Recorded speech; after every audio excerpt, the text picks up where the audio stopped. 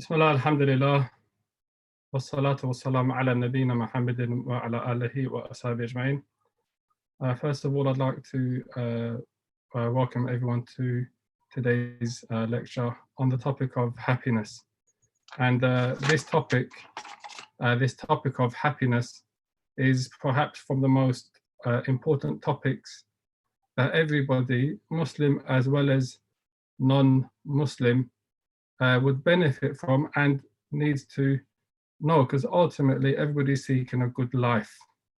It's something that there's consensus and agreement upon, that every single person in this dunya is seeking contentment and seeking peace, seeking tranquility, and seeking to remove anxieties from their life, remove stresses, and to remove worries. And this is something that there's agreement upon. However, as is also well known, it's not everyone that attains it. It's not everyone that attains happiness.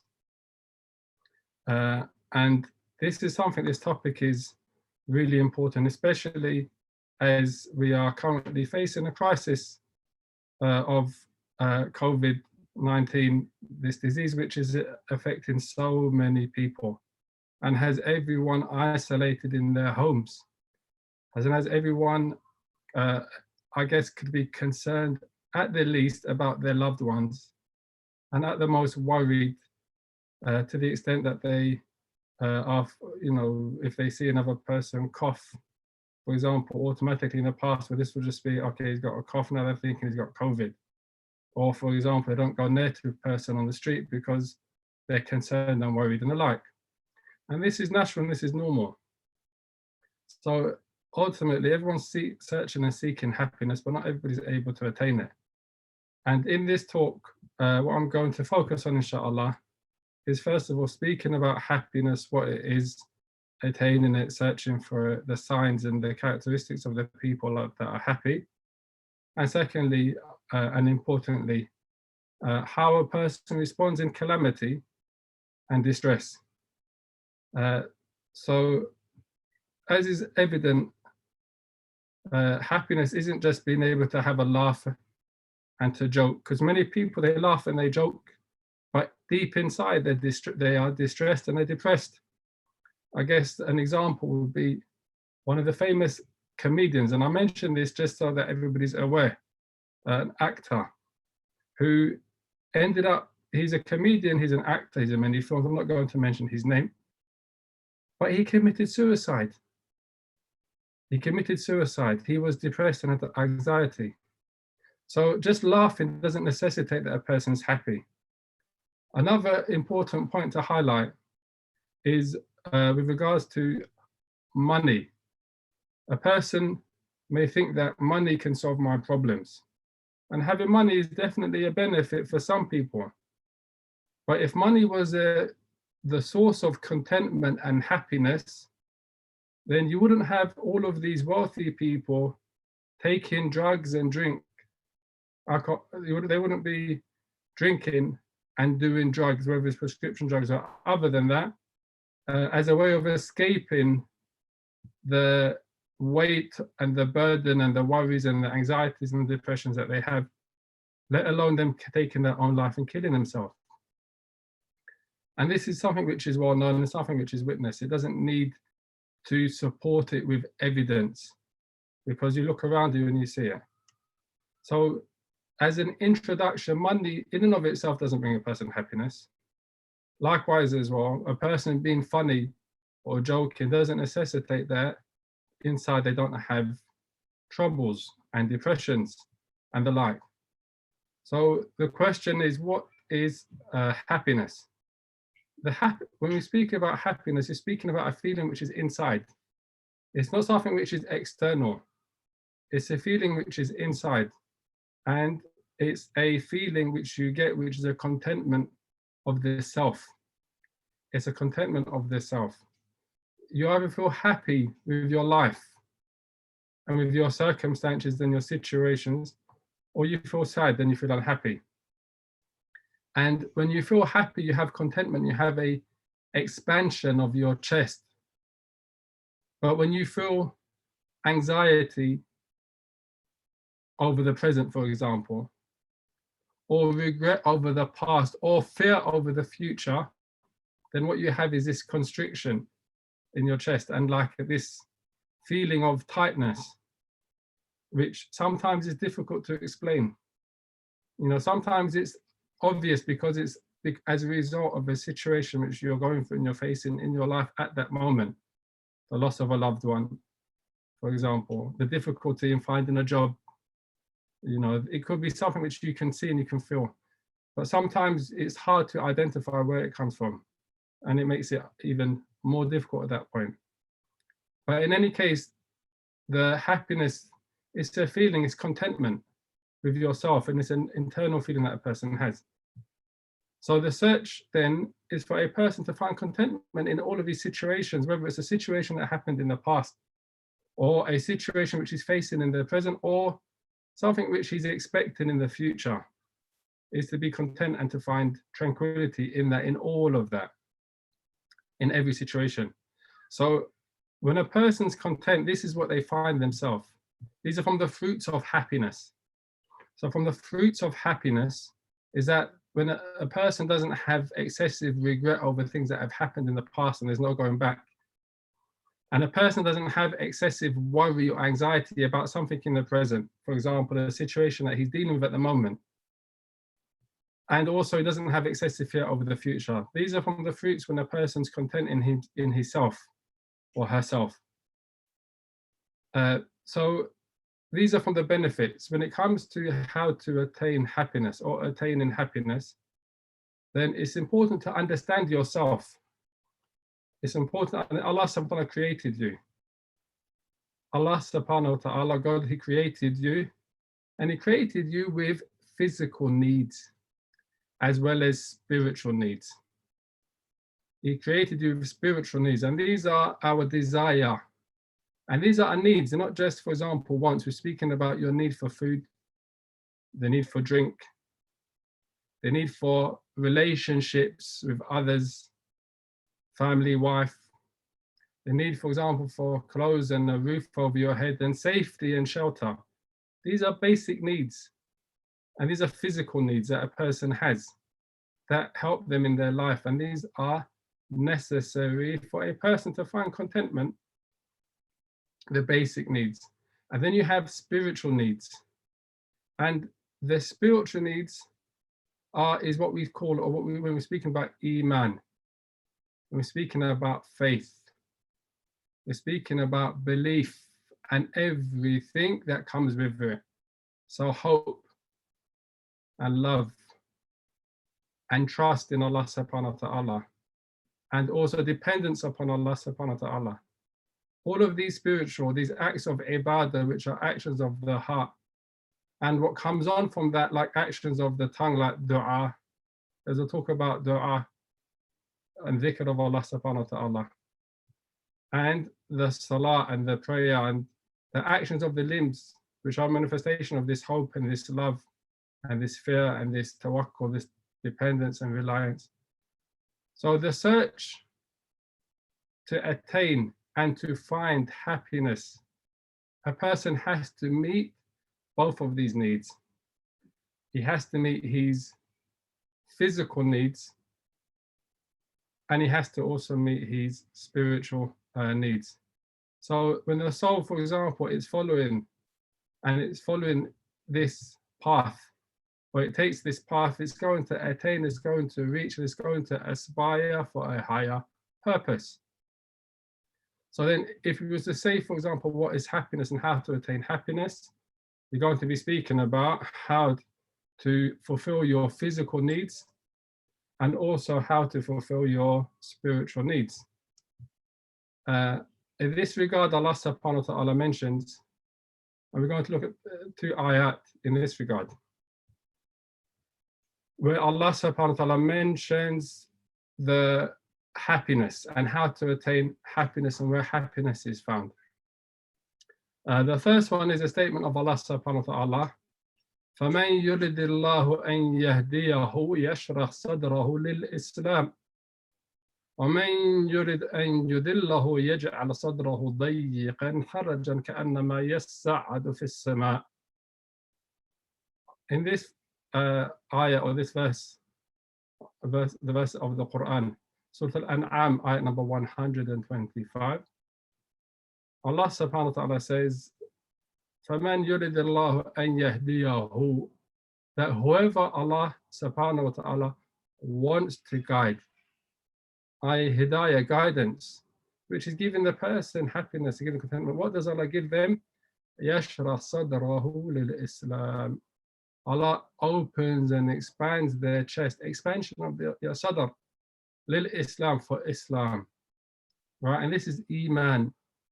This is when a person enters into Islam. And I know many Muslims where they remember, subhanAllah, they remember that feeling when they first became Muslim, talking about reverts here. Or people that started practicing again after not being practicing, or went through a stage where they dropped off the deen completely. And it happens. The dunya is a fitna. The dunya is a fitna. And there's a lot of temptations and there's a lot of desires and temptations in society. So it happens. But when you enter into Islam, that feeling you have, that's the feeling of يَشْرَحْ صَدْرَهُ لِلْإِسْلَامِ. Allah subhanahu wa ta'ala has opened your chest to Islam. And this is belief, this is Iman, this is faith. All right? The other ayah speaks about actions. It speaks about actions. مَنْ عَمِلَ صَالِحًا مِنْ ذَكَرٍ أَوْ أُنْثَى وَهُوَ مُؤْمِنٌ فَلَنُحْيِيَنَّهُ حَيَاةً طَيِّبَةً. مَنْ عَمِلَ صَالِحًا مِنْ ذَكَرٍ أَوْ أُنْثَى. Whoever does actions. This is now speaking about deeds. Iman and Amal. Whoever does actions which are righteous, which are good deeds. Amila salihan, they do good. Min dhakrin aw untha, from male or from female. Wa huwa mu'min, while he is a believer, he has faith, he has belief. It shows these actions are done for Allah based upon Iman. فَلَنُحْيِيَنَّهُ حَيَاةً طَيِّبَةً. This is the point. Allah says we are going to give him a good life. We're going to give him a good life. And this is the result of righteous actions. And this is where we're speaking about spirituality. This is where we're speaking about a higher purpose. Beyond your physical needs, beyond fulfilling your wants and your desires for food and for drink, we're speaking about now a higher purpose. Right? We're speaking about doing things for other than yourself. Allah says, "Man amila salihan min dhakarin aw untha wa huwa mu'min, فَلَنُحْيِيَنَّهُ حَيَاةً طَيِّبَةً." We're going to give him a good life. وَلَنَجْزِيَنَّهُمْ أَجْرَهُمْ بِأَحْسَنِ مَا كَانُوا يَعْمَلُونَ. They're going to get the best of rewards. So here we're looking at these 2 points, and let's analyze and evaluate ourselves, because tazkiyat an-nafs is something which we're always seeking after. The purification of our heart, purification of our soul, purification of our actions. This is something that every single one of us is on a journey constantly. Right? Okay, Muslims, with regards to Iman and Amal, with regards to belief, faith, and righteous deeds, good deeds, they're one of 4 people. When it comes to fulfilling our physical needs and our spiritual needs, we're one of 4 people. One, the first, is a person that has Iman. He's a believer. However, he disregards the ahkam, he disregards these actions. He has faith, but he disregards actions, meaning that he exceeds in his physical pleasures. Beyond the needs, he goes to the wants, and not just to the wants which are halal, but to the wants which are also forbidden, the things which are haram. He doesn't really care too much where his income comes from, doesn't care too much, for example, the relationships that they have, like this. So this shows this person, he will have the least amount of happiness. Why? Because he's only focusing on that which is physical. And the dunya in and of itself is not going to give contentment for the soul. It's not food for the soul. It might be food for the body, but it's not food for the soul. The second type of person is a person that fulfills the ahkam. wajibat, and he stays away from the muharramat, and he has the faith, has belief, has iman, has actions. But also as well, he still has some types of excessiveness in things which are mubah, as well as doing the things which are makruh. So he's always falling into the things which some scholars mention as grey areas. Sometimes might fall into haram as a result of it. But he doesn't really care too much either about those things. This is better than the person in the first example. However, they're still going to find unhappiness. And sometimes they're going to wonder why they have that unhappiness. They're not going to be able to identify it very well.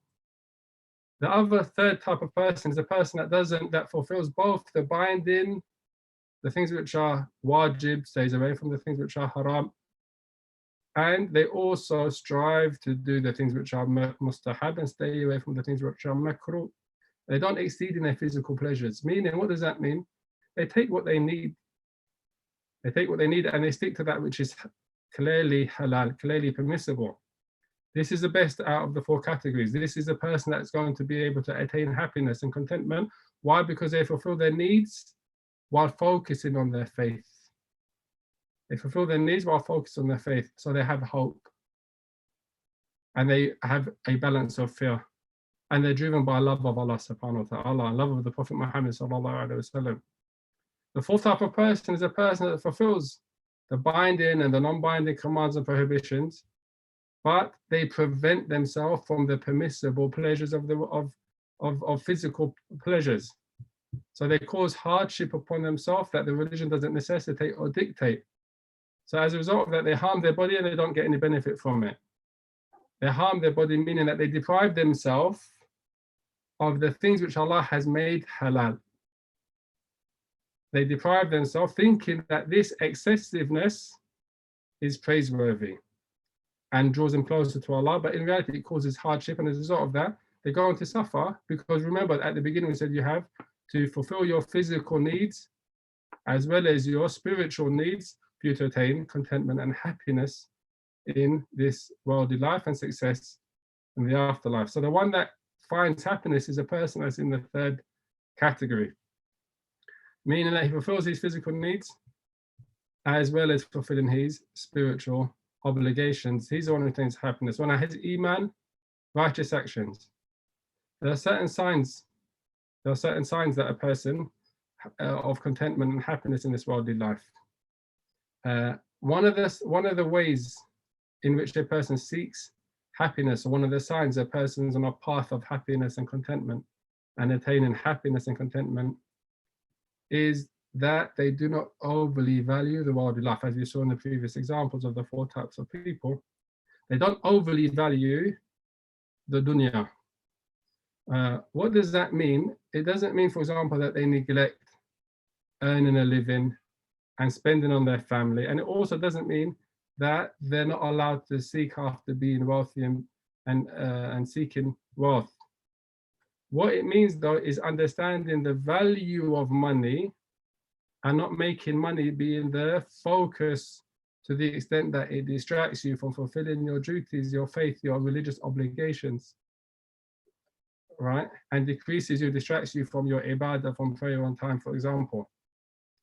So this is a person, they haven't forgotten their moral and the real purpose behind this worldly life. So they benefit both in their dunya and they benefit in their akhirah. They have wealth, but the richness that they really have is contentment in their heart, and they realize that has more value than the money that they have in their hand. And they're able to use that money for that which is going to benefit them in this life and benefit them in the afterlife as well, without it being a cause of their misery.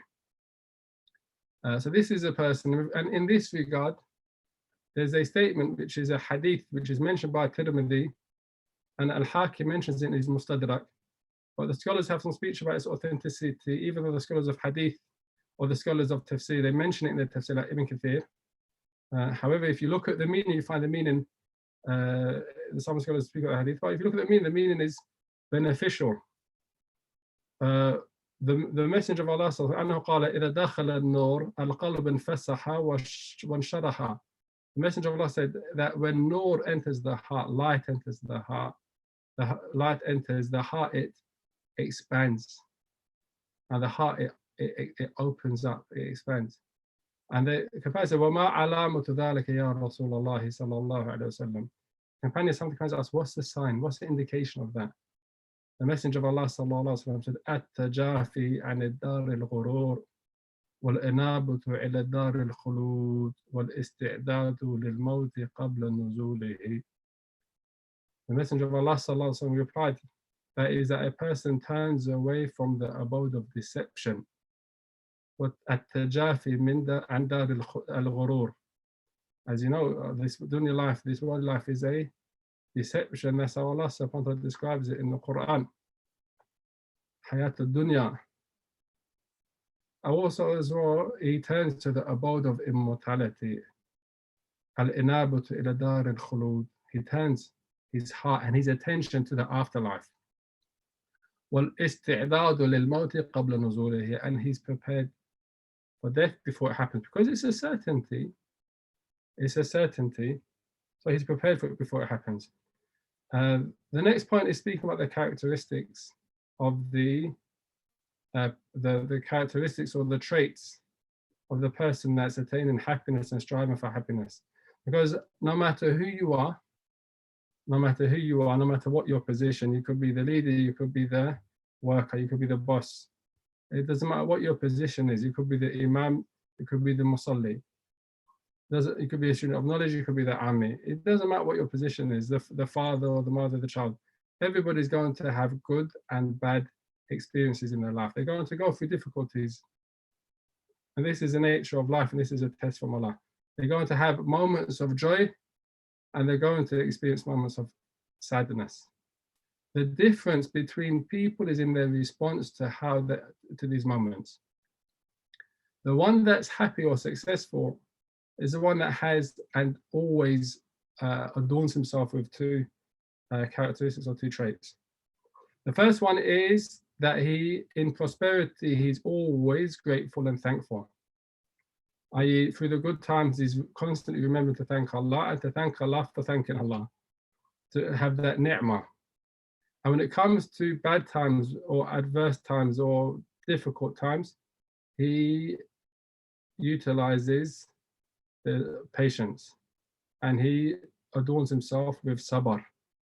And these are from the characteristics of happiness, because no matter what happens, whoever you are, you're going to experience ups and downs. You're going to experience moments of joy, moments of sadness. It's going to happen. Everybody goes through these. So these are the characteristics. Okay, what happens when you do have bad experience? What are the type of tips? Or what are some of the tips that you can use to find happiness in calamity? And it might sound like a contradiction, but the scholars, when they speak about the levels of a person with regards to the qadr of Allah subhanahu wa ta'ala, the decree of Allah, because everything that happens happens by the decree of Allah. Is written and it's recorded. So the person is of different levels. Patience is an obligation, and finding pleasure in the despair is another level which is above recommended. So it's something we should search for. Why? Because it's recommended, and you want to attain the highest stations. The person's always seeking for the highest stations. The scholars of hadith always used to travel to seek the highest isnad. A person should always seek for the highest stations that he can attain with regards to shukr and sabr, and regards to muhabba, love and tawakkul, and all of the actions of the heart. So how does a person find happiness in calamity? First of all, the most important thing is to praise Allah in every situation. Alhamdulillah ala kulli hal. Alhamdulillah ala kulli hal. Praise be to Allah in every circumstance and every situation. If you have a calamity, you experience a calamity, then there's a number of steps. From them is to remember that no matter whatever how bad the situation is, there are people that are always experiencing worse. So you can see yourself in a better position than they are. And then you take 3 steps. The first step is to realize that a calamity, every calamity is a calamity in your deen. And a calamity in your dunya is something which is light in comparison to a calamity in your deen. So a person who realizes that his deen, he's safeguarding his deen, even though he's going through a calamity in his dunya, it's going to give him happiness and contentment, knowing that the aqibatul al-muttaqin, the end result is for the believers. So long as he's maintaining his deen, he can deal with a calamity in his dunya. And there's an example that brings this home. A person can have lots of money. He can have lots of businesses. He could be making profit, but he's working hard, chasing the businesses, looking after the employees. Important people come to him. He has to make time for them, and he feels burdened by these people. So he has this feeling of stress. He goes to sleep stressed. He wakes up stressed and worried. Why? Because he's always burdened by this responsibility of money and work. Okay, after that, he leaves off this life, this type of life, and he makes himself content with what's sufficient for him, but he takes a path, for example, seeking knowledge. He takes a simple path where he's going to be seeking knowledge, providing for his family, but not being too concerned and overly concerned with wealth and dunya and money. What happens? What happens is his house turns to a place of dhikr of Allah, halaqat al-ilm, remembrance of Allah, maw'idha, reminders and advice, and the people that he's sitting with and visiting are not people that are always concerned with dunya, but people that are thinking about the afterlife. Worshippers of Allah, students of knowledge. So as a result of that, your contentment level, it increases. That's the first tip. So look at the ibtila, the calamity. Calamity in your deen is every calamity. Calamity in your dunya, then it comes and it goes. The dunya is temporary. The second is to remember your blessings, to lessen your sadness. i.e., a person loses something in his dunya, but he has so much more. An example will make this clear. Another example. You come across a person and they're sad, they're upset, they're married, they've got a family to look after, and they're finding it difficult to get a job. They're unemployed and they're trying, finding it difficult. As a result of that, they're going to be upset. Okay, but he's in good health. He wakes up and he can walk to the masjid for the salah. He finds somebody else, they have a job, but they also have an illness that prevents them. Like if you look now, you can't leave the house.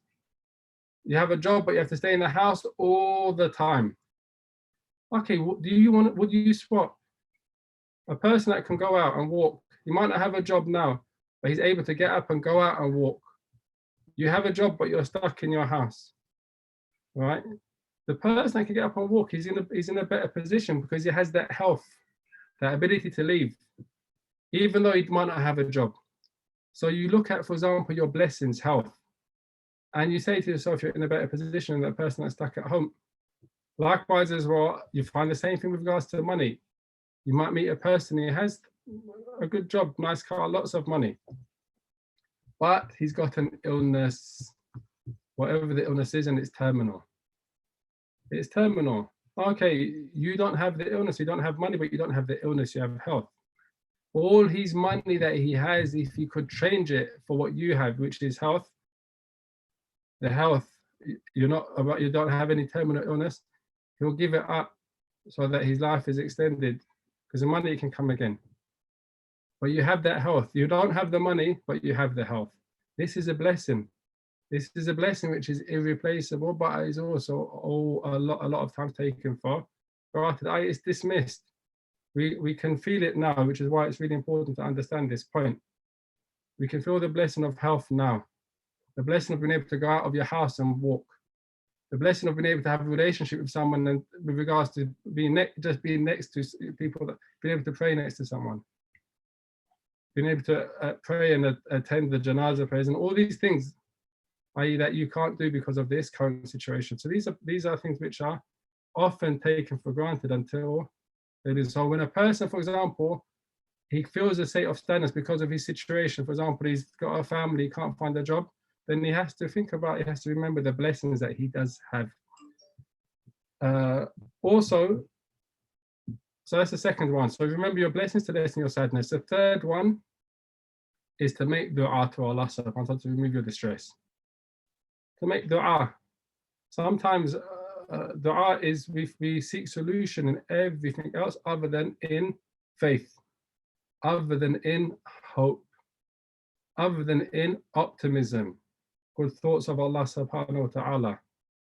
Making dua and supplicating Allah and asking and asking and asking and beseeching and begging and pleading. This is the way a person removes distress in all reality.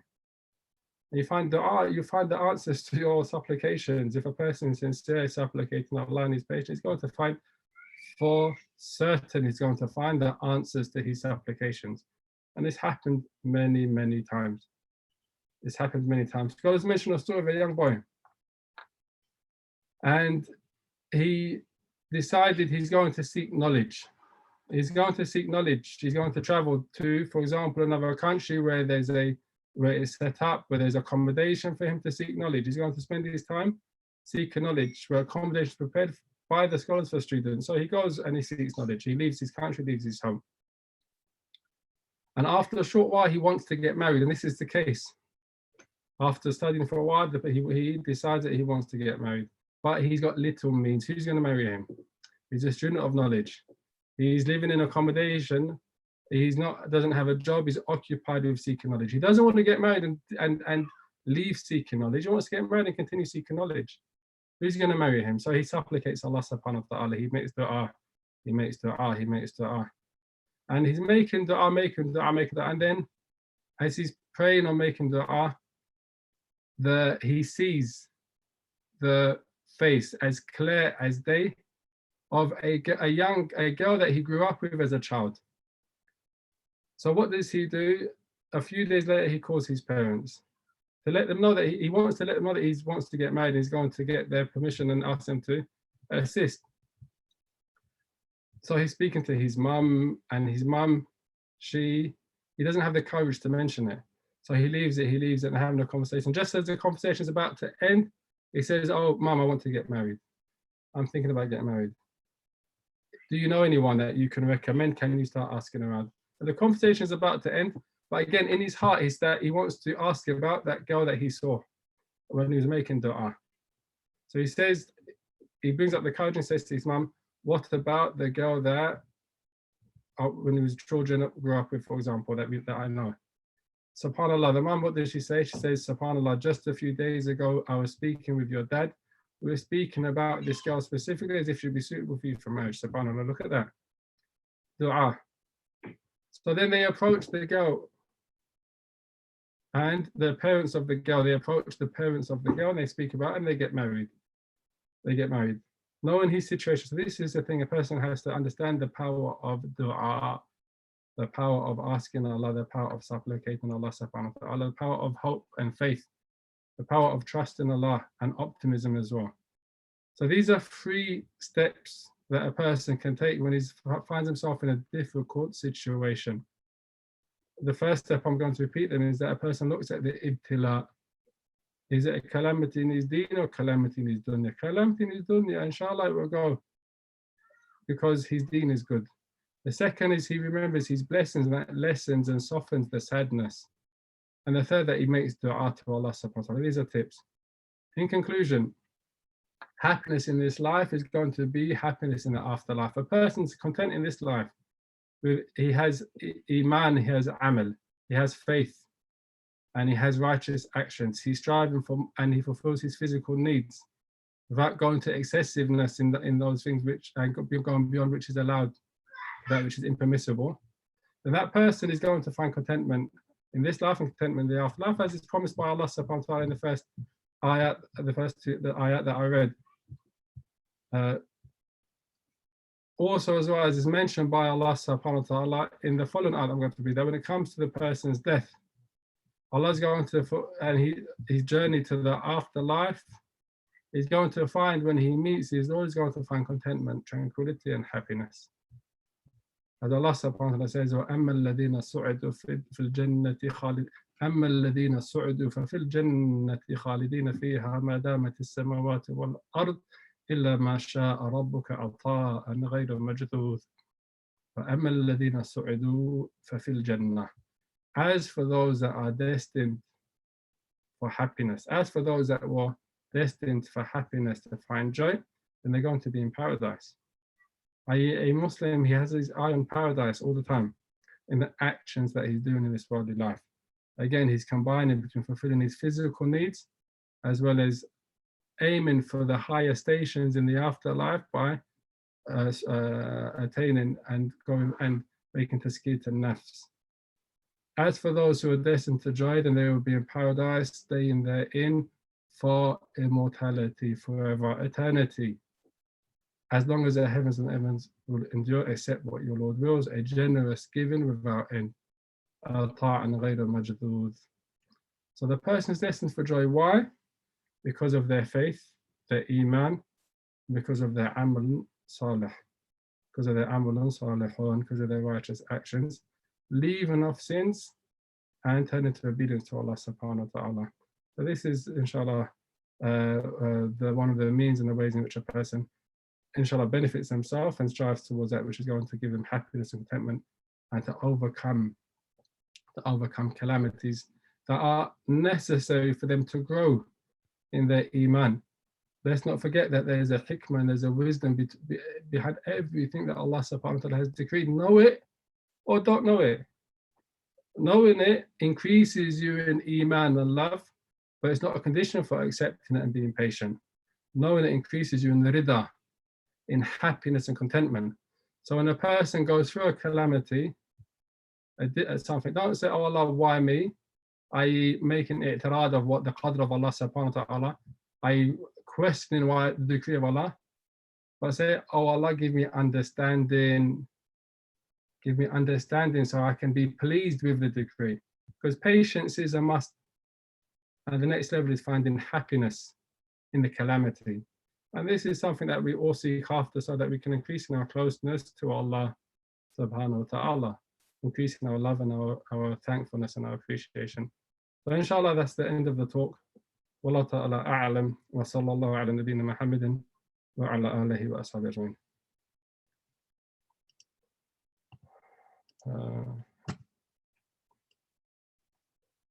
ajmain. Questions.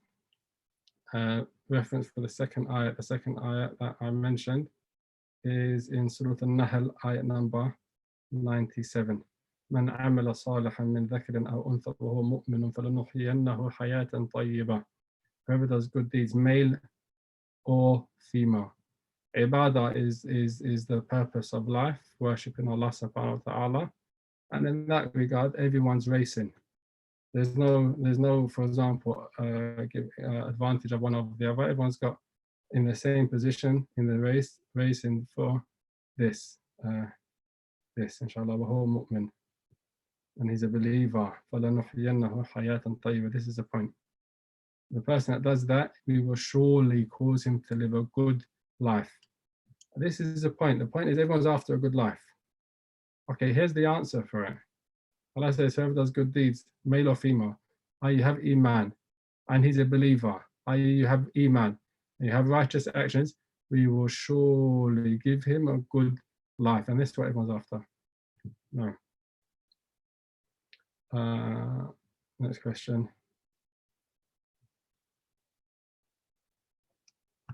When you make dua, is it from the sunnah that a person should say Ameen to his or her own dua? I don't know anything that says it's from the sunnah to say Ameen for your own dua, except when it's after the salah. There's a hadith that mentions, or athar on the Sahabas that mentions, I think it's Umar ibn Khattab, it says, I'm making dua, so say Ameen. That's in the salah, and that's towards the congregation. As for yourself, I don't know anything that comes in that regard. And there's lots of adhkar that were taught and dua that were taught, and it didn't have the word Ameen at the end of it. Can dua change qadar? Dua is from qadar. The question comes that there's a hadith that specifically mentions that nothing changes qadar except for dua. So it's important to understand that dua is from the qadr of Allah subhanahu wa ta'ala, that Allah decreed for you to make dua. So don't not make dua, and don't think that, for example,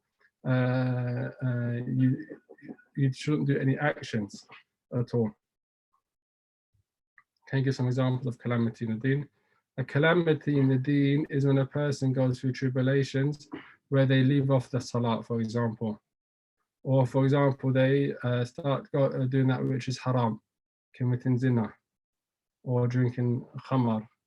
Or they leave off, for example, having hope in Allah, actions of the heart, having trust in Allah, having dependence upon Allah, being grateful to Allah subhanahu wa ta'ala. They're negligent of these actions of ibadah of the heart.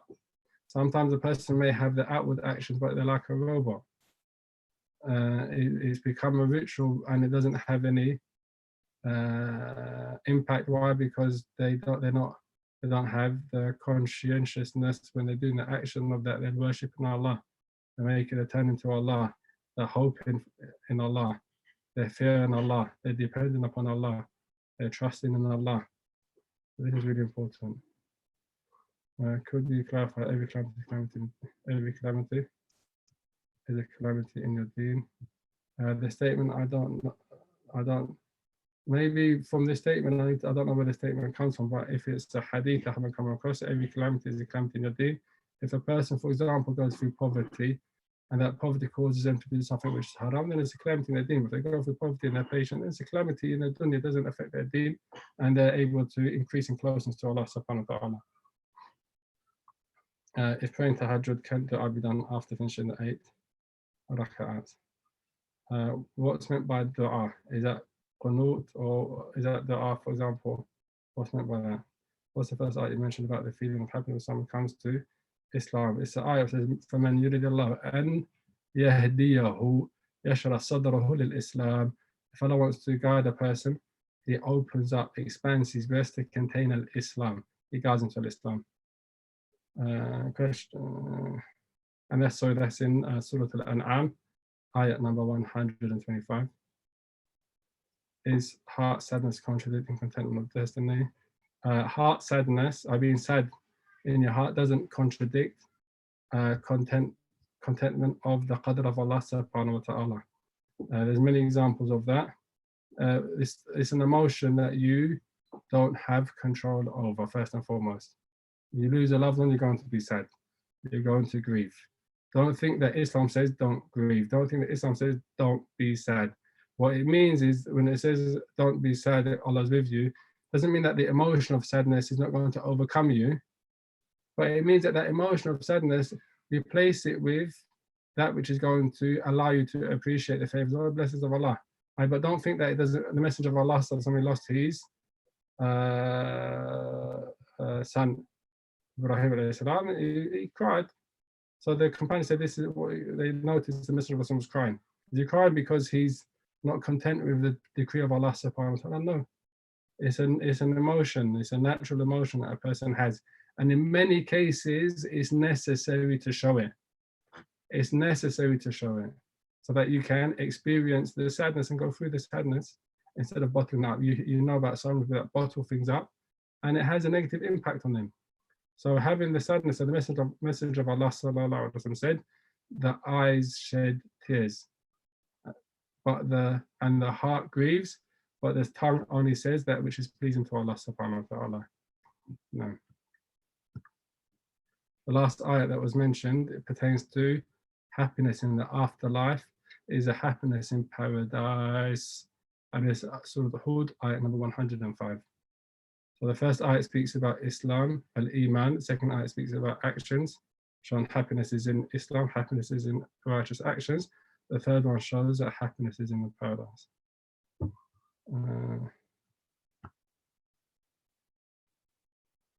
After your own personal dua, do you have to say Ameen? From what I understand, no, not every dua you make have to say Ameen. There's many du'as that is in Husn al-Muslim, the dua for all the du'as that you say for waking up, for leaving the house. You don't say Ameen after all of them. What should a Muslim do if they have a constant negative mindset? They firmly believe they can't do something. What can we do to say to help them?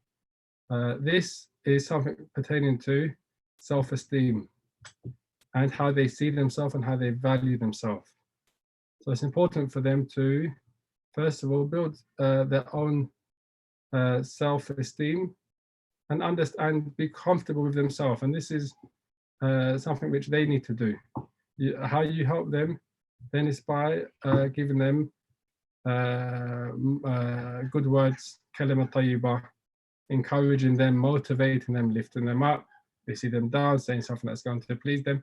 Stuff like this. Try to just help them become self-confident.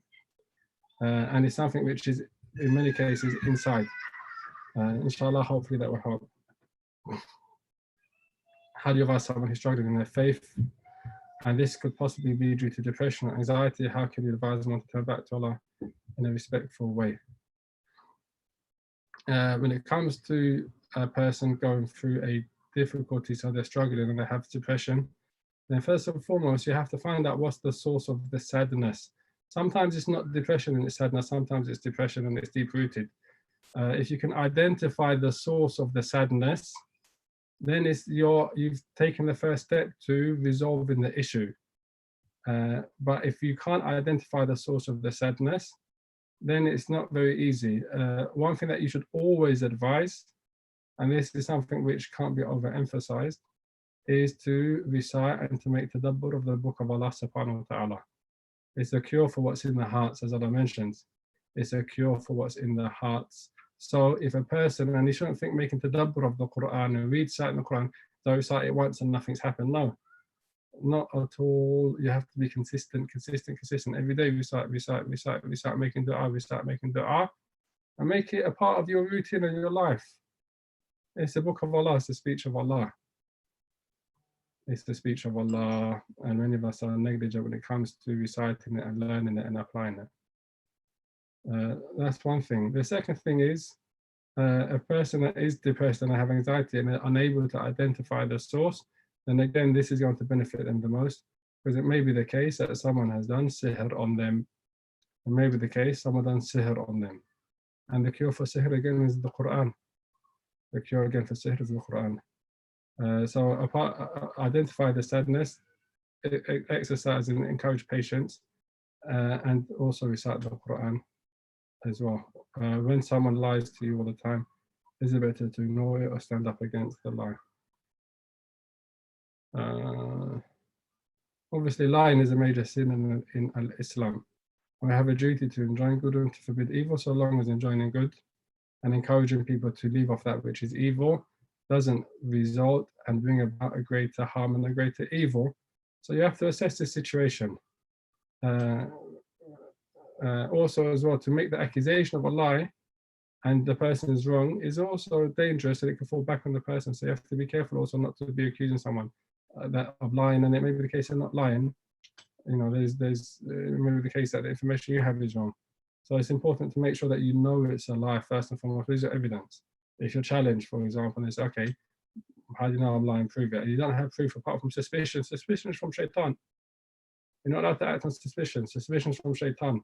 But some people are overly suspicious as well. And that also in itself needs a person to turn back to Allah and seek tasqeet the nafs and the like.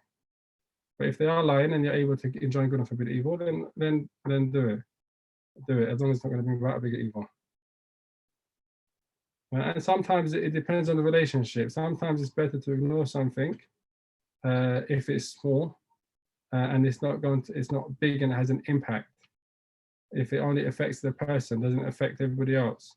You have to weigh it up. It's hard to give a straight answer without knowing the situation. But generally speaking, the most important thing to understand, lying is haram, and it's a major sin. And a person lies, as a messenger of Allah said. Lying is a very bad trait. The messenger of Allah mentioned about a liar. A person lies and he continues to lie until it's written down with Allah that he's a kadhab. He becomes a persistent liar. And everyone knows the case of, or the story of the boy who cried wolf. Look at the evil ending of a person that continues to lie all the time. Comes back on himself. Regarding the Tahajjud question, I'm at raising hands after prayer is finished and making dua.